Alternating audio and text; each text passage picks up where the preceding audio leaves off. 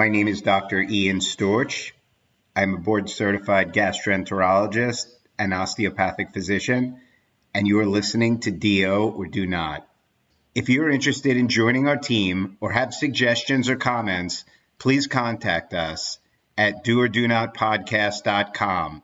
Share our link with your friends and like us on Apple Podcasts, Facebook, Twitter, and Instagram.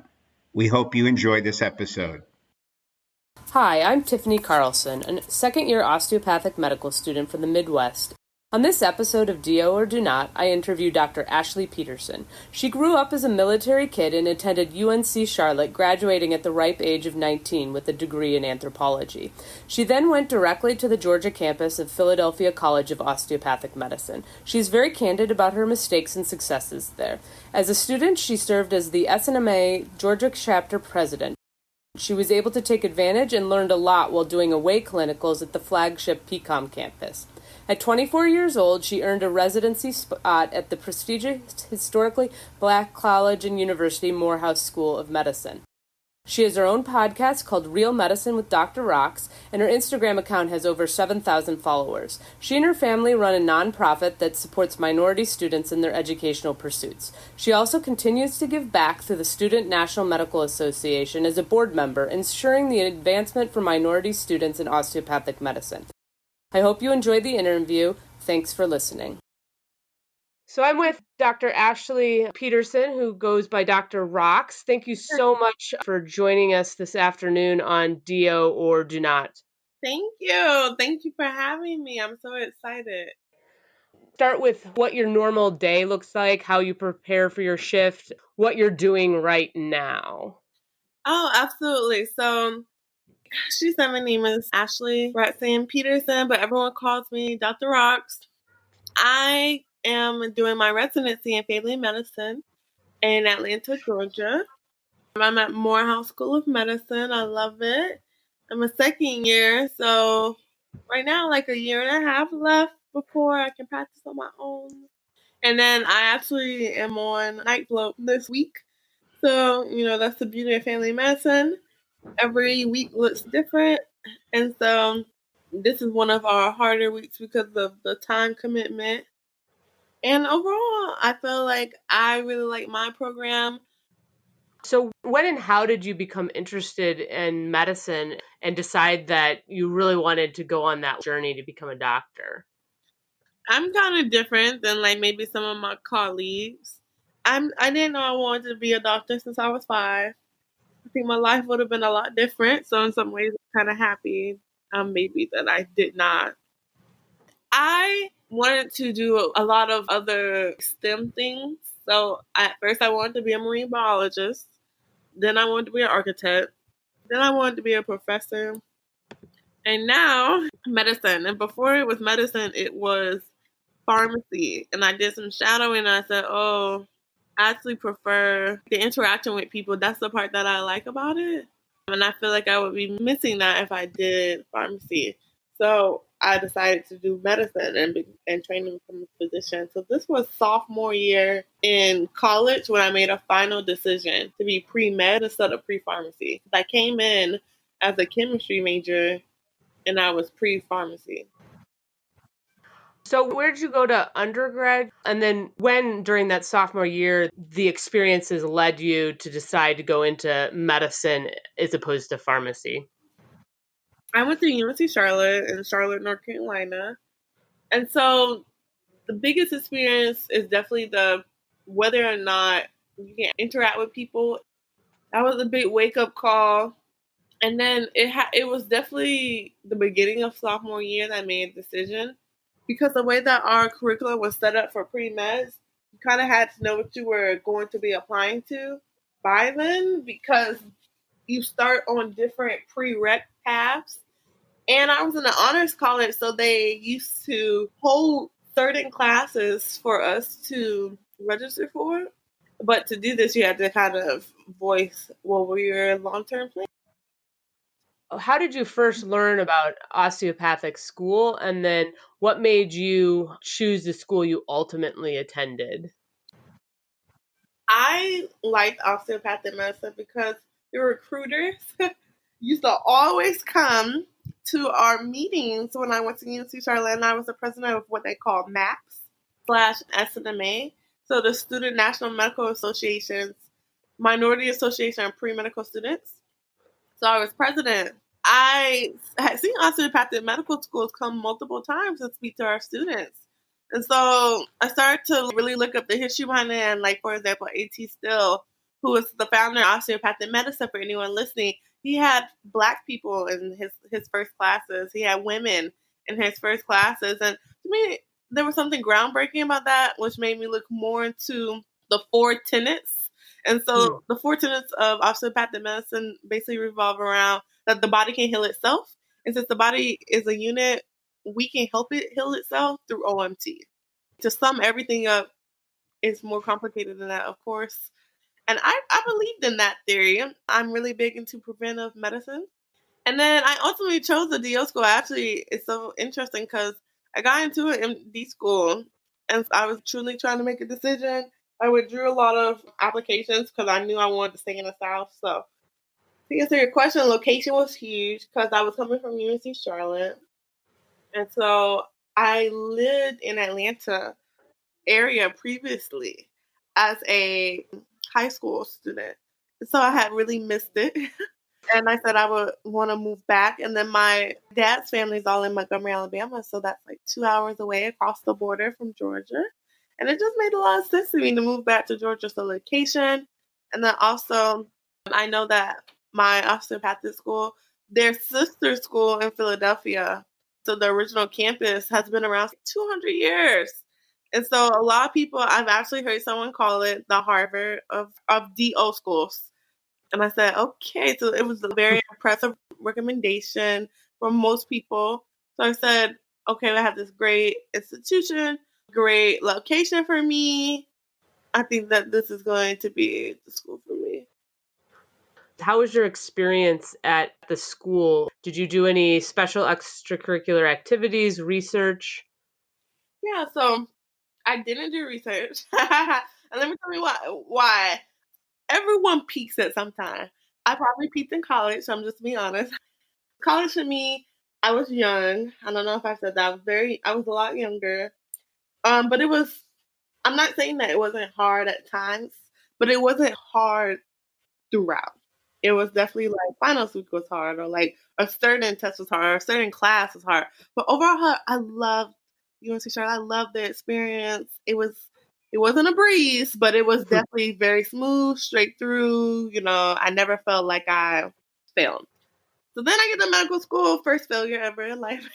Our first failure where I feel like I couldn't cope as well. I definitely had to seek outside sources. That's how I knew it was a big failure to me. And so I did not feel like I had time to do research. I would have, but I didn't feel like I had a lot of time to do research actively while we had classes. So I did a summer program at Johns Hopkins in Baltimore called the M-Star for geriatrics because I thought that's what I wanted to do at that time. I still love geriatrics.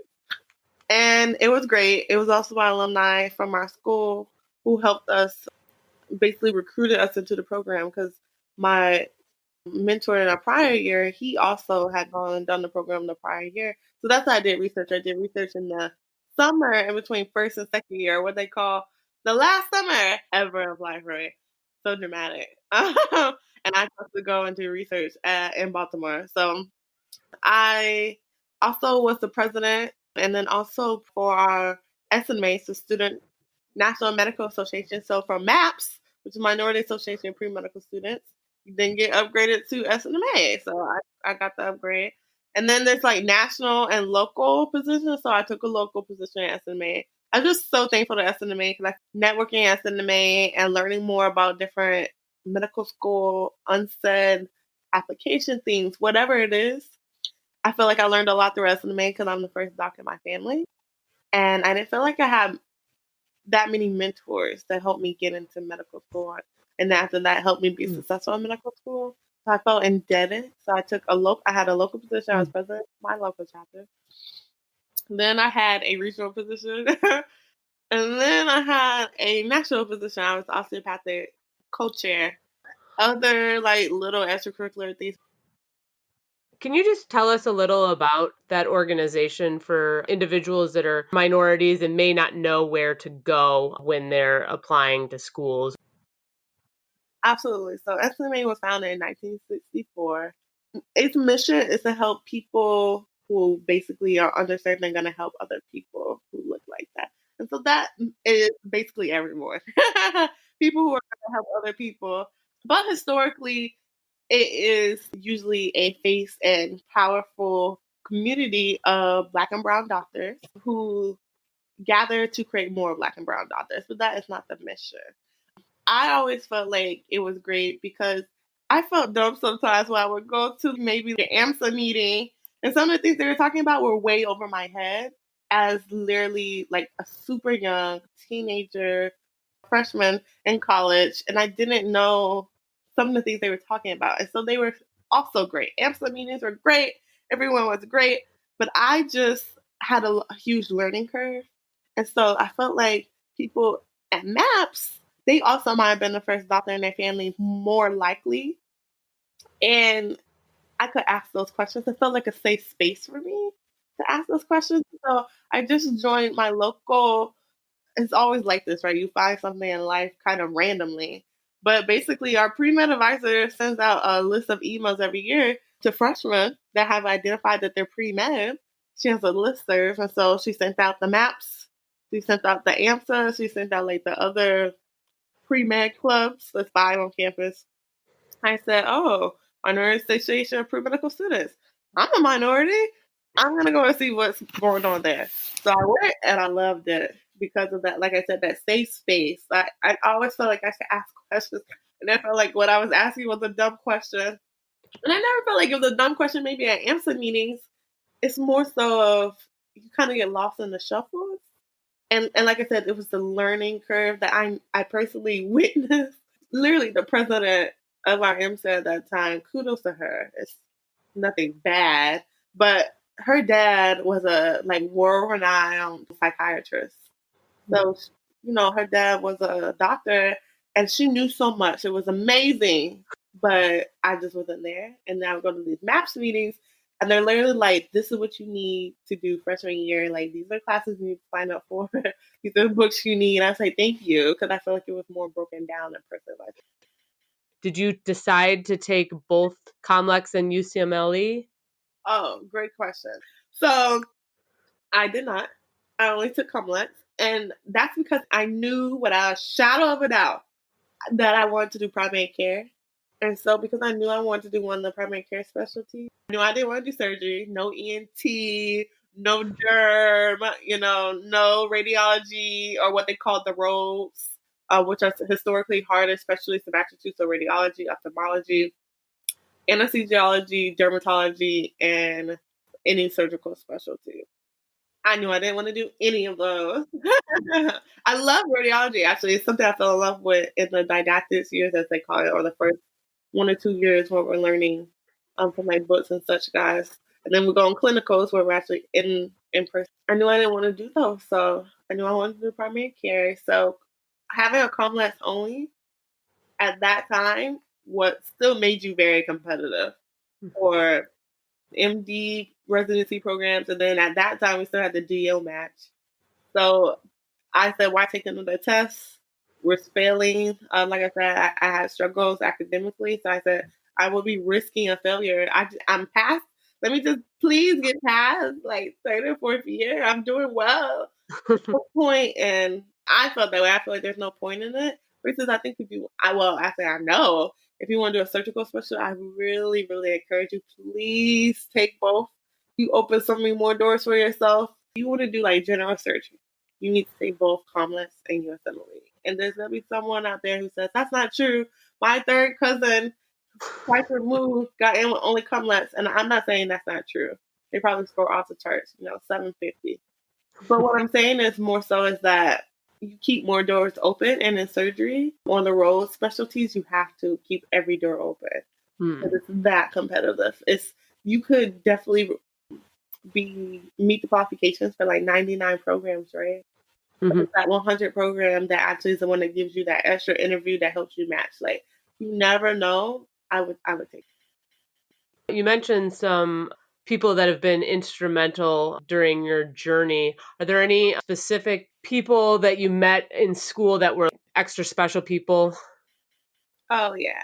I think we all find our little clique. Hmm. Beauty is for me, I really found a beautiful group of about 7 to 8 people because we were all minority in some way.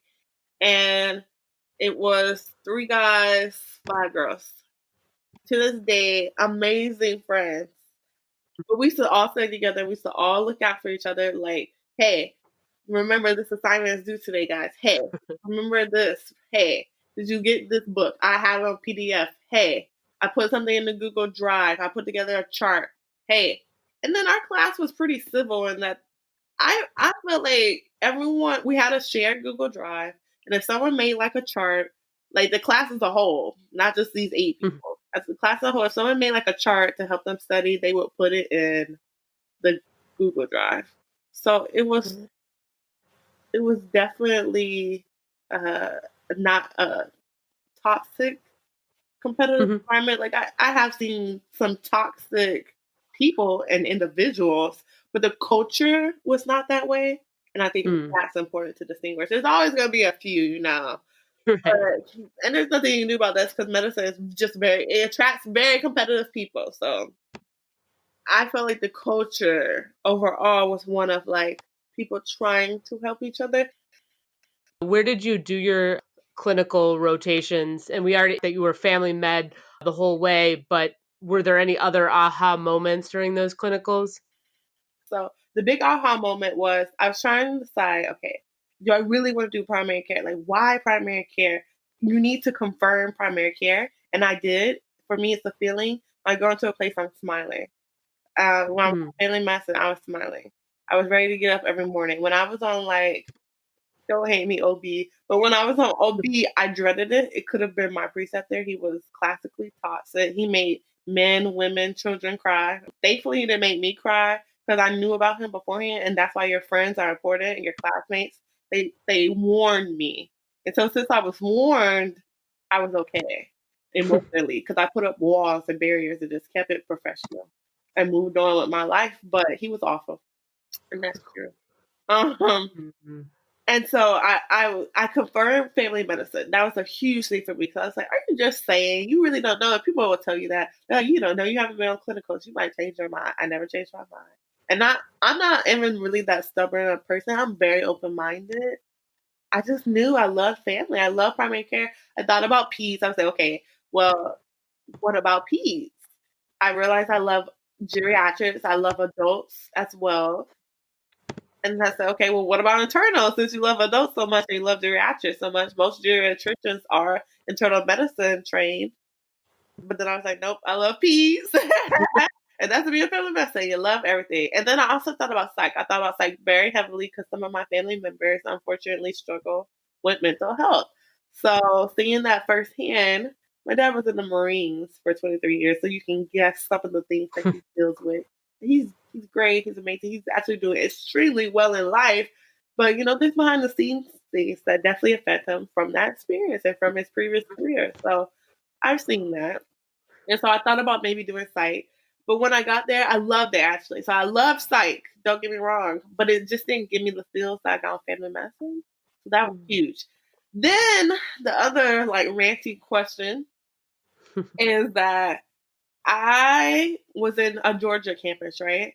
But they had a lottery for our clinical sites. And everyone wanted to stay in Atlanta and wanted to stay in Georgia. They thought everyone was crazy who went up to Pennsylvania and Atlantic City, which is where I was. It was amazing.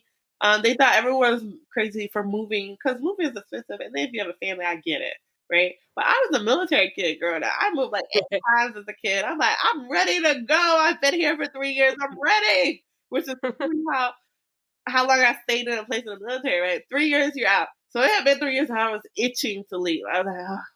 Even though I love Atlanta, I would never leave here ever again. I feel bad. Probably a valuable lesson, but would apply to residency because I miss Atlanta. But I was like, I'm ready to go. And I told everyone the clinical sites up north are way better for training as a med student. So it ended up being true. I'm at least for my school and my experience and my group of friends and what they told me. And basically up north, you're either working one-on-one with a doc, which was invaluable, and then like outpatient clinic, or you're working in a hospital on like a very well established and very well regarded team of residents. So Atlanta Care, I loved it. Or you were in Philadelphia doing rotation. So I mean, that's amazing. I had never lived or been in Philly. The furthest I had lived north was Virginia, DMV area. So I thought it was amazing and worth it to move for that experience because you got to train very well. Like my surgical rotation, I felt like I was in there doing surgery. Or maybe straight. What I'm saying is I close layers. They asked me what order would you want to put in? I mean they put in the order. I learned a lot. I held the scope. If I wanted to do surgery, that rotation definitely could have been like the starting ground for a letter and like confirming that I wanted to do surgery or like being able to really work on my surgical skills. Because if you wanted to do it on that rotation, you could do it. I just had no interest in surgery. And so I was able to work hard and help them as they needed, as opposed to in Georgia, there was a different experience. It wasn't as hands-on. It was only one type of surgical practice. So let's say bariatrics maybe. And they only had like 3 surgeries a week. So imagine doing 3 bariatric surgeries a week. That's it. And then a little bit of surgical clinic. And that's your surgical rotation. The experiences were like day and night. And that happened to someone I know who wants to do surgery. So it's kind of like, wow. I actually made a post the other day, top 5 things that like changed my life or like career. And I think moving to Philadelphia and Atlantic City for that year and a half was one of them. I totally got trained really well. I think it's helping me now in residency, especially OB. He taught us C-sections backwards and forwards. So you were first assist, which is what made it so hard because you're doing like 5 first assist C-sections a day.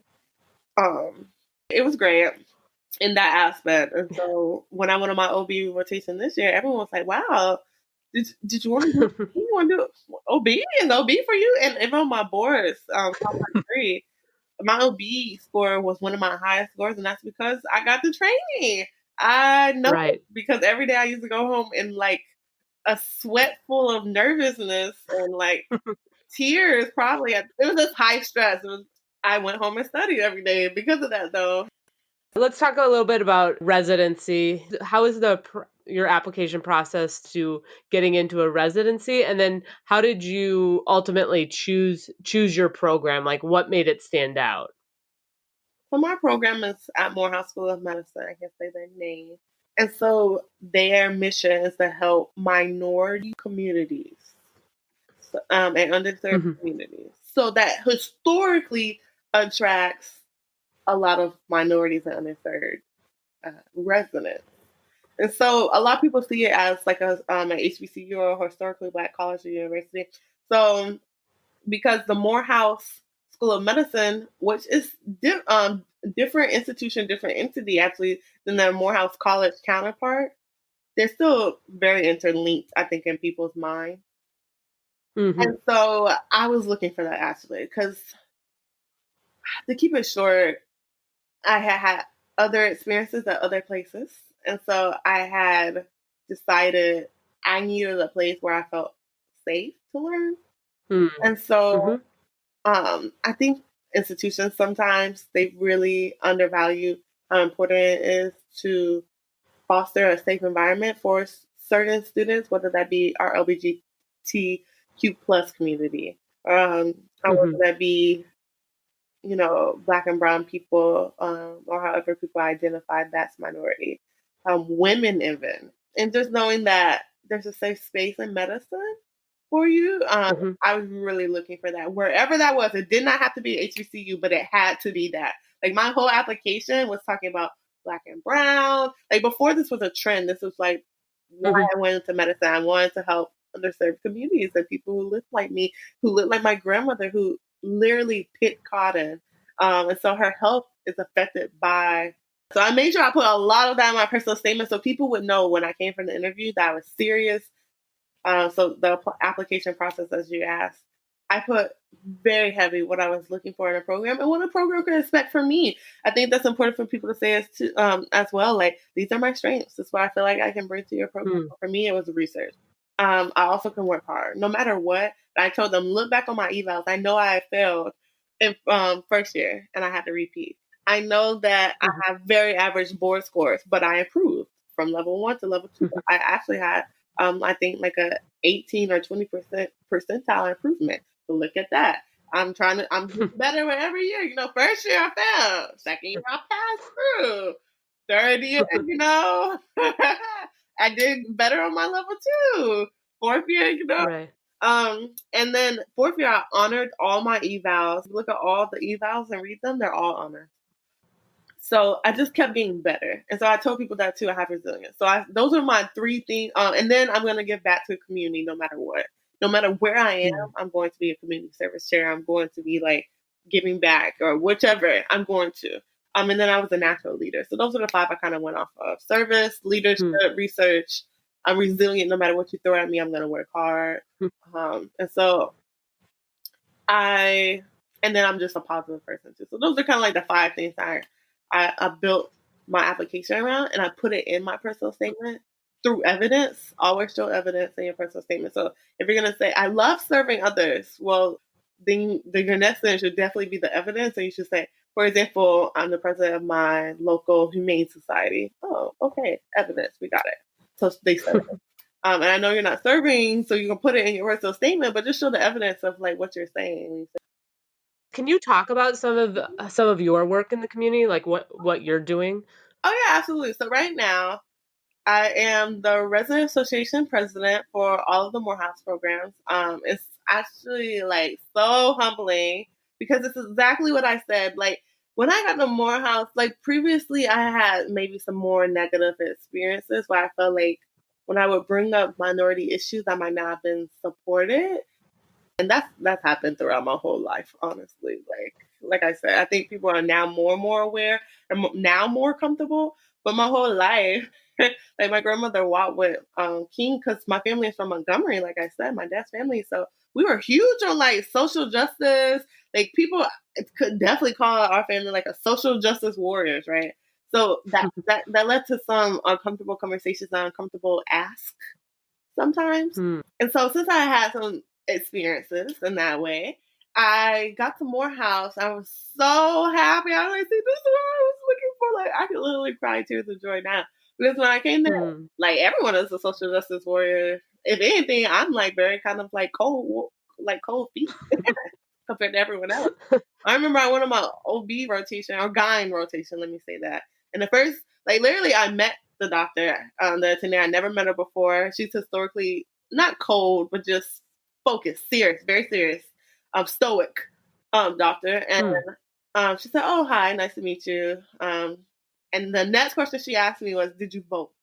And that's a pretty, like, in this climate, like, kind of emotionally charged question. But that was supposed to show you. She didn't ask me who I voted for or anything like that, but more so, did you exercise your right to vote? And I love that. That's what I love about being here. And so even when I got here, I received an award within 6 months, which to me is so crazy. It's so crazy because the same things that helped me get this award here at Morehouse, like the same questions I was asking, the same programs I was implementing, the same leadership that I was talking to about certain ideas. And so that I was like, it was confirmation. I was like, okay. And so some of the things I'm doing are Hill Clinic, which is health equity for all lives. And so it's a free student-run clinic that we help the Morehouse School of Medicine students run. And so we basically act like they're attendings, and we sign out to attending. But as a first year, you're getting this experience, feeling like you're the leader over other learners. So that'll help you learn very quickly. And so I was a volunteer, family medicine volunteer co-chair last year. That was one of the big things we pushed. We're doing lots of drives in the community. And now as the resident association president, I'm over all 7 programs and the 3 fellowships, and I communicate our resident fellowship needs to the GME, also known as the Graduate Medical Education. So basically like the chair of all the departments, the PD of all the departments, the assistant PDs, and then the chair of those chairs. So that would be Dr. Yolanda Wimberly, who's over all of GME. She's amazing. She wins like Atlanta top pediatricians every year. She's amazing. So as a second year, that's huge because it's usually a third year. Morehouse is an allopathic institution. Yeah. Do you think your experience is different there as a DO? So my family medicine class, family medicine was the first program here, and it was founded in 1978. So since 1978, there has never been a class with more than one DO. And before, actually, my mentor, who was a DO, now a graduate of the program last year, his name is Roderick Stewart. I met him, guess where I met him? Through SNMA as an osteopathic co-chair. So that's why I say those programs and those positions help me network more than anything, and not network in a way of like, I'm going to meet you so I can you can help me get places, but rather just people, you make real connections, you make real friends. And I went on the website for Morehouse because sometimes what we call DO friendly programs and DO unfriendly programs. Like, for example, I won't call out any names, but there's a program in New York, and I remember listening to them when they were on Doctor Radio, and they said they never take DOs. They decline all DO applications. This was like 5 years ago. Who knows? They might have changed right now. A lot of people change. Leadership changes. That's a big thing.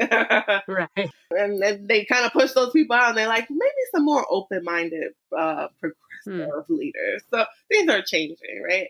But when they said that, I said, okay, DO unfriendly program. So it's really out there. It's not actually as common as people make it out. Like, these MDs don't like us. I actually feel like that's not true, at least not where I am. But, I'm coming from like Morehouse, which is like very open-minded. And then Emory, who similarly, they have great hospital, it's, I would say, a progressive school as well. And then some of the surrounding places, Wellstar, et cetera, they're very progressive overall as programs. So it's hard to be like, is there really a stigma? Like, let's say another program that might not have ever taken a DO? I don't know. But Morehouse hadn't taken a DO, from my understanding, in the family medicine program in like 8 years, maybe even more. And that's, you gotta think, like 1978, like there's not that many other years in there. So 1% of all residents at Morehouse, which really is usually between 180 to 200. So all the Morehouse 7 programs are fellowships. 1% were DOs. 6 years ago, 1% were DOs. The next year, 2% were DOs. The next year, 3%. Then it dropped back down, 2%. And then 3%. And then this last year was the highest percentage in the last 6 years, 5%. And they all are funneled through my school. They were all from my school. My class, all 5% of the DOs that they had were from my school. Everyone wanted to stay in Georgia, right? The first 2 DOs in Morehouse's family medicine program. So kind of like breaking barriers a little bit. And so that was exciting. But my experience is different. I historically, if I'm honest, do really well on the OMT. That's one thing my school, I will give them credit for. They taught us OMT very well. Experts, they're world-renowned. Medical school is a big price ticket. How did you finance your education? And then do you have any advice for students thinking about medicine or are already in medicine to finance that big piece of their education? Yeah, so I try to be a very honest person, right? So I had a lot of help from my parents, and that's by the grace of God. My parents, they both worked, and they are both educated. My dad was a Marine, as I said. Then my mom was a teacher / school counselor at one point. So they always had at least enough income to help us. I went to a state school, so UNC Charlotte. My tuition every year when I started as a freshman at UNC Charlotte, because they historically used to be a commuter school, was about $2,500 a semester. That's very reasonable. It's a lot of money, don't get me wrong, right? But compared to when I hear some of my friends who went to like Baylor and they were paying $40K for tuition and room and board or whatever, I was like, oh, I got really lucky. So I didn't have a lot of like undergrad debt. That helps, right? But that means that you're able to borrow more from private loans if you have to, whichever. And then also there's a cap. People don't realize there's a cap for federal loans. I think it's something like 400, maybe even 500K. Some of my friends met at a medical school because they had not only done their expensive, unfortunately, undergrad debt, but they also had debt from a graduate program. If you do some of the 2-year master's programs to raise your GPA, so now they're coming to medical school, and so they capped out like halfway through third year and second year. So that's huge. I didn't have undergrad debt. My parents paid for it for me. But also, if you're an undergrad trying to think about how to pay for stuff, there's Pell Grant if you meet the qualifications. But it's basically like federal loan. So Pell Grants, applying for your institutional scholarships, like as soon as you find out that you're accepted to a place, apply for scholarships next. Like it's not done. Like you should post your acceptance video and then you should go apply for scholarships. So my parents picked up a lot of the tab. That allowed me to be able to like pick up little odd jobs to pay for stuff like undergrad. Mm-hmm. My tuition was like, I always used to sometimes be like, what if my parents like didn't help me, right? Like what if something happened to me? I also still felt like I could pay my tuition at UNC Charlotte. So UNC Charlotte was great for me. Oh, and one more thing. My dad was military, right? He received GI Bill, but he could transfer it to his kids. So God bless that man. So my sister got to use the GI Bill for her school. And I used it for 1 year of medical school. So now getting to medical school, there's multiple things. They have programs where I applied for the health service corps because I wanted to do primary care, right? The health service corps is very fair. It goes in tiers. So there's tier 1, there's tier 2, tier 3. Tier 1 is for underserved dependents. That's the other thing. You have to give your parents financial information. You have to. There's no way around it if you're under 26. Because you have to give your parents information, it basically showed that I had no financial need. And my parents helped me, don't get me wrong, but I had to take out loans. They couldn't help me pay. So it's like financial need and like how strongly you want to do primary care. So any of the primary care is OB, Peds, family, internal. I think they're even considering emergency medicine and psych now as well in the health service corps. You'll have to look it up.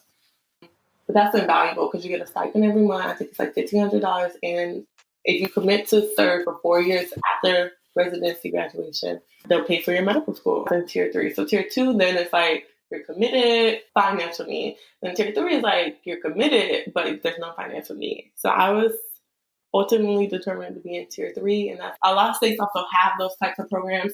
There's programs that you can apply to in 4th year of medical school. Georgia has one. If you're thinking about doing family medicine, apply as a 4th year. You get a stipend in residency. I know people are doing that one. And then you have to give back 3 to 4 years as well.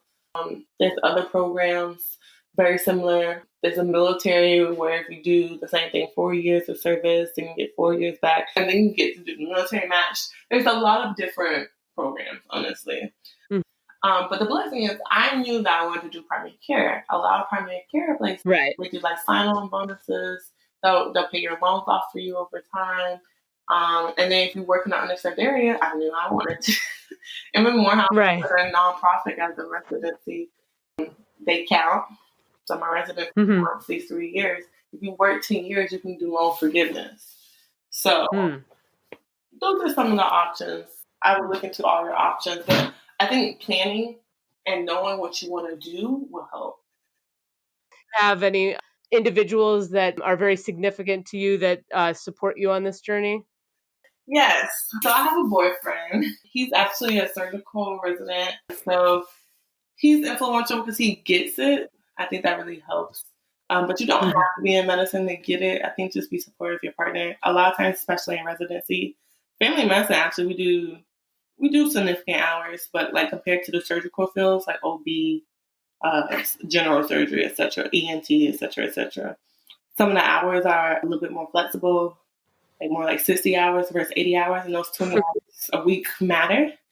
So if your partner says that they don't have time, they really might not have time. Like I know it feels like you're being neglected. So really learning your love languages. I'm not sure if everyone knows what love languages.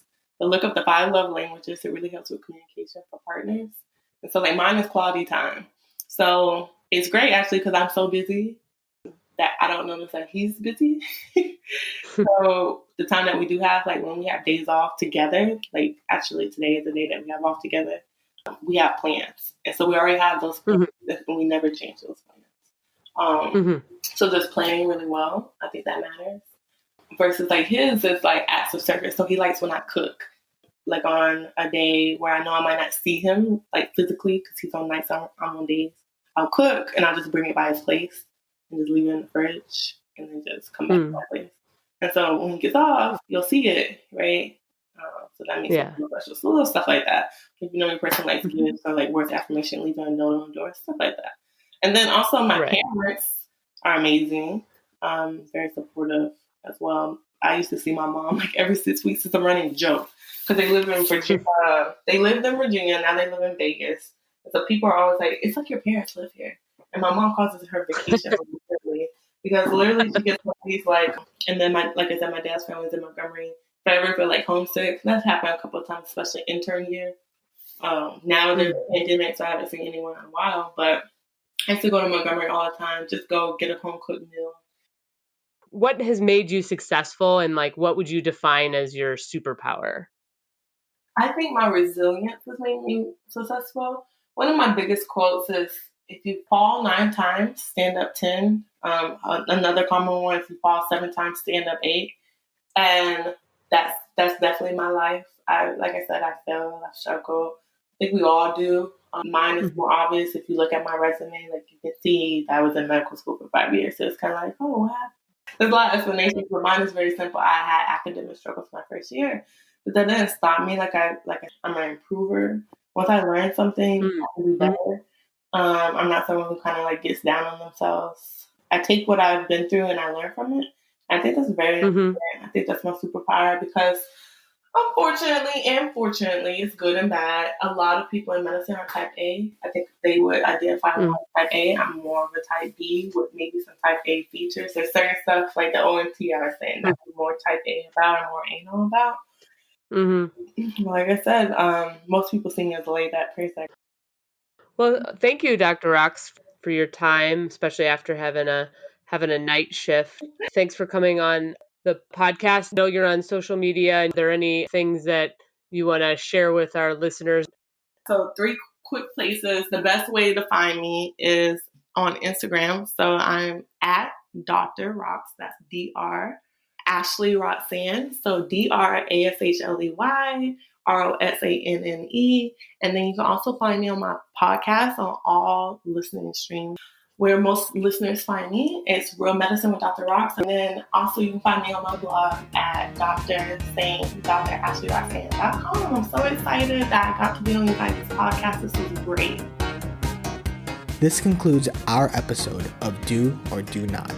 Send all inquiries, comments, suggestions, and even let us know if there's someone you want us to interview to doordonotpodcast@gmail.com. Don't forget to like us on Facebook at Do or Do Not Podcast for updates. If you enjoyed our podcast, please share it with your classmates and administration. We have plenty of more interviews lined up, and we're excited to share them with you. This is Tianyu Shea. Thank you guys so much for listening to Do or Do Not.